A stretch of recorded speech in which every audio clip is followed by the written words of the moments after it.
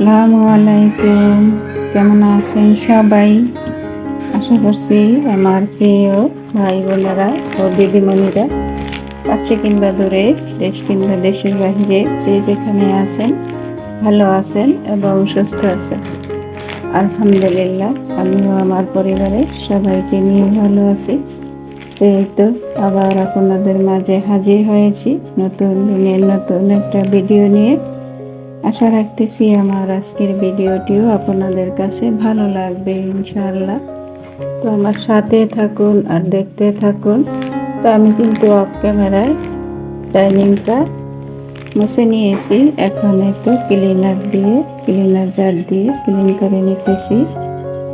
তো আসলে এই সমস্ত কাজগুলো আমাদের প্রতিদিনই থাকে।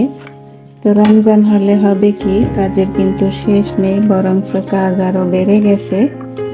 অনেকে আগে বলতো যে রমজান মাসে কাজ কম। আসলে রমজান মাসে শুধু আমাদের দুপুর বেলাটাই একটু কাজ নেই বা খাওয়া দাওয়ার চাপ নেই, এটাই কিন্তু তার থেকেও দেখা গেছে কি অন্যান্য কাজগুলো বেড়ে গেছে। যেমন দুপুর টাইমে আমরা ইফতারি আইটেমগুলো গুছিয়ে রাখতে হয়, বা সেহরির জন্য, সন্ধ্যা রাত্রের জন্য খাবার দাবারগুলো তৈরি করতে হয়। তো সেই ক্ষেত্রে আমি মনে করি রমজান মাসে কাজ একটু বেশি হয়ে যায়, একটু না অনেকখানি বেশি।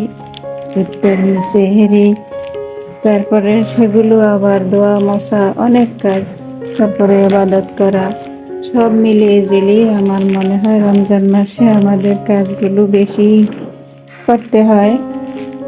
এই তো আপনাদের সাথে কথা বলতে বলতে আমি তো ডাইনিংটা একটু ক্লিন করে নিয়েছি। আমার যেমনই আছে আমি সেটাকেই একটু ক্লিন করে রাখতে চেষ্টা করি, যে আমার দামি কিছু আছে বা দামি কিছু আপনাদের মাঝে শেয়ার করব এমনটা কিন্তু নয়। আমার যা কিছু আছে তাই নিয়ে আমি আলহামদুলিল্লাহ, কথায় বলে না, নিজের ঘর যদি ভাঙাচুরো হয় তাহলেও সেখানে অনেক শান্তি, আর পরের ঘর যদি দালান কোটা হয় সেখানে কোনো শান্তি নেই। এটাই হচ্ছে বাস্তব। তো আমার আলহামদুলিল্লাহ যতটুকু আছে ততটুকু নিয়েই আমি শুকরিয়া আদায় করছি আল্লাহর কাছে। দেখা যায় কি আমার থেকেও নেই এমন অনেক মানুষ আছে, আমার যা কিছু আছে এমন এমন মানুষ আছে তাদের তাও নেই, কিন্তু তারাও তো বাঁচতেছে, চলতেছে, করতেছে, তাই না? তো সব সময় নিজের যা কিছু আছে তাই নিয়ে আলহামদুলিল্লাহ থাকতে হবে আমাদের সবাইকে।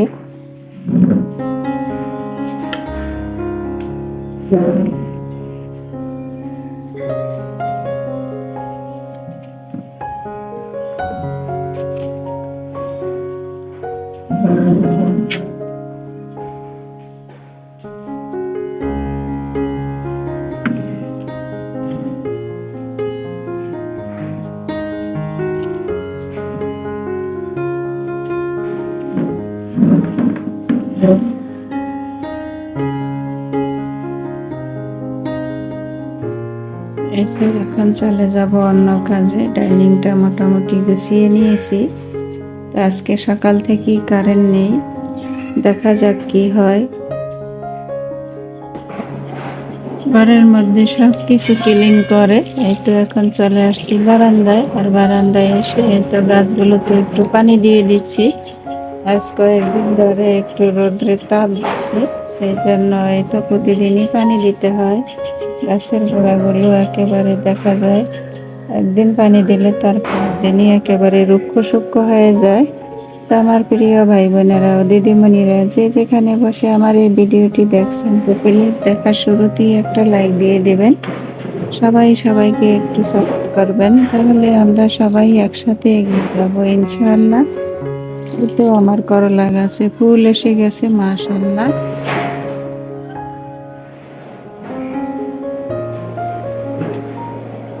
মাশাআল্লাহ, ওই বাহিরের ওই কাঁঠাল গাছটায় অনেকগুলো কাঁঠাল ধরেছে, মনে হচ্ছে এবার কাঁঠালের ফলন ভালোই হবে।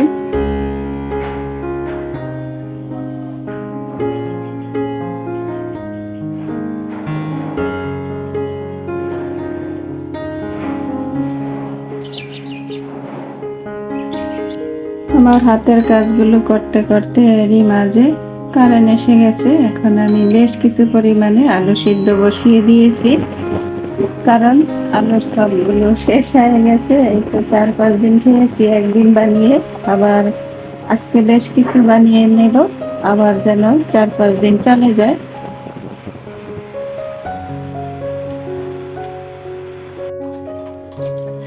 ক্যামেরায় আলুগুলো সিদ্ধ করে খোসা ছাড়িয়ে হাতের সাহায্যে ম্যাশ করে নিয়েছি। এখন এই তো স্বাদ অনুযায়ী লবণ দিয়ে দিচ্ছি জিরে গুঁড়ো, ধনিয়া গুঁড়ো দিয়ে দিচ্ছি, জিরে গুঁড়ো, ধনিয়া গুঁড়ো, তারপরে দেব চিলি পেস্ট। চালের জন্য চালটা যে যার অনুযায়ী দেবেন, কেউ বেশি খায় কেউ কম খায়। এই তো আমরা একটু চাল বেশি পছন্দ করি আলুর চপের সাথে, তাই আমি আমার পরিমাণ মতো দিয়ে দিলাম। তারপরে দেব এই তো, যেটা না দিলেই নয়, এই যে স্বাদের ম্যাজিক মশলা। এই ম্যাজিক মশলাটা দিলে যে কোনো খাবারেরই স্বাদ দ্বিগুণ বেড়ে যায়। 2 প্যাকেট দেব, যেহেতু এখানে আলুর পরিমাণটা বেশি আছে। তো আজকে হলো রহমতের প্রথম শুক্রবার, সবাইকে জুম্মা মোবারক। 2টা ম্যাজিক মশলা দিয়ে দিলাম। এখন সবগুলো উপকরণ সুন্দর করে হাতের সাহায্যে মেখে নেব। এই তো সবকিছু মাখামাখি করে এখন আমি আলুর সবগুলো গোল গোল শেপ দিয়ে বানিয়ে নিচ্ছি। তো এভাবে কয়েকদিন বানিয়ে সংরক্ষণ করে রাখলে আমাদের কাজের সময়টা একটু কমে যায়। ইফতারির টাইমে ঝটপট করে ফ্রিজ থেকে নামিয়ে ভেজে নেওয়া যায়। আর যারা খান না তারা সাথে সাথে বানিয়ে নিতে হবে। তাহলে হয় কি, দেখা যায় একটু কাজের চাপটা বেশি পড়ে যায় আর কি, এই আর কিছুই না। তারপরেও বেশি দিনের জন্য না, দেখা যায় এই যে 3-4 দিন বা 4-5 দিন এইভাবে আর অতিরিক্ত সময়ের জন্য না। তো আমি এই তো চাঁদের দিন করেছি, তো 5 রোজা শেষ। এখন আবার এই তো 6 রোজায় আমি আবার কিছু বানিয়ে রাখছি, যেমন আরো 4-5 দিন চলে যায়। তো এইভাবে করে করি আমি কাজগুলো আমি করে নিই, করার কিছু নেই, যেহেতু একা হাতে সব কিছুই সামাল দিতে হয়। রমজানের দিনে রান্না বান্না ইত্যাদি তৈরি করার কম কথা নয় কিন্তু।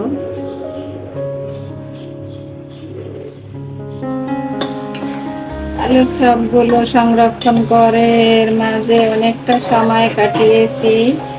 তো জোহরের নামাজটা আদায় করে এই তো সেহরির জন্য রান্না বান্না শুরু করে দিয়েছি।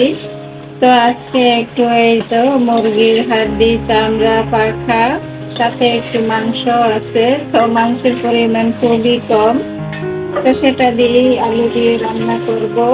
আর এই যে সব কিছু কষিয়ে নিয়ে হয়েছে, এখন আলুগুলো দিয়ে দেব।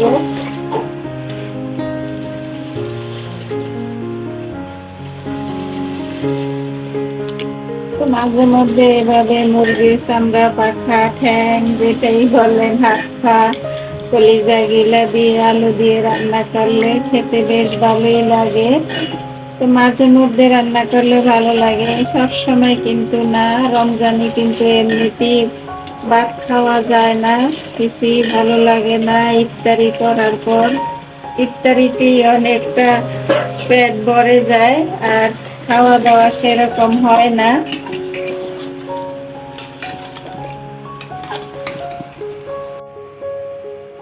মুরগির মাংস রান্নাটা করে নিয়েছি, আর এই যে এখন ইফতারের আয়োজন করতেছি।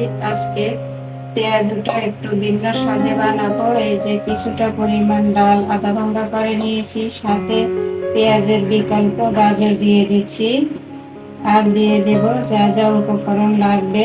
তো এভাবে একবার পেঁয়াজও বানিয়ে খেয়ে দেখবেন, গাজরের সাথে ডাল মিক্স করে খেতে বেশ ভালোই লাগে। এই তো স্বাদ অনুযায়ী লবণ দিয়ে দিয়েছি, কালারের জন্য একটু হলুদ গুঁড়ো দিচ্ছি, দিয়ে দিচ্ছি ধনিয়া গুঁড়ো, দিয়ে দিচ্ছি একটু জিরে গুঁড়ো, আর দিয়ে দেব কাঁচা লঙ্কা কুচি।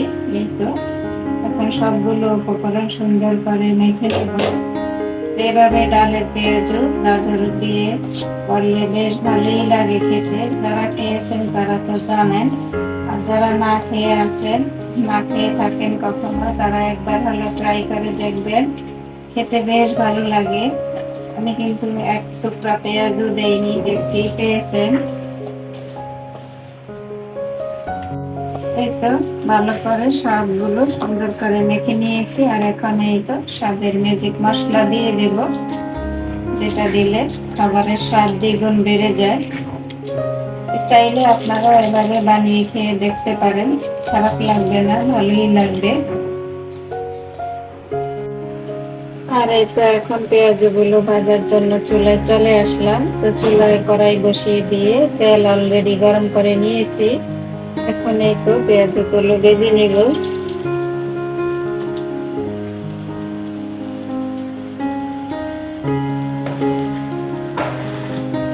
এটা দেখুন কি সুন্দর করে ভেজে নিয়েছি পেঁয়াজগুলো, মাশাআল্লাহ কালারটা কত সুন্দর এসেছে।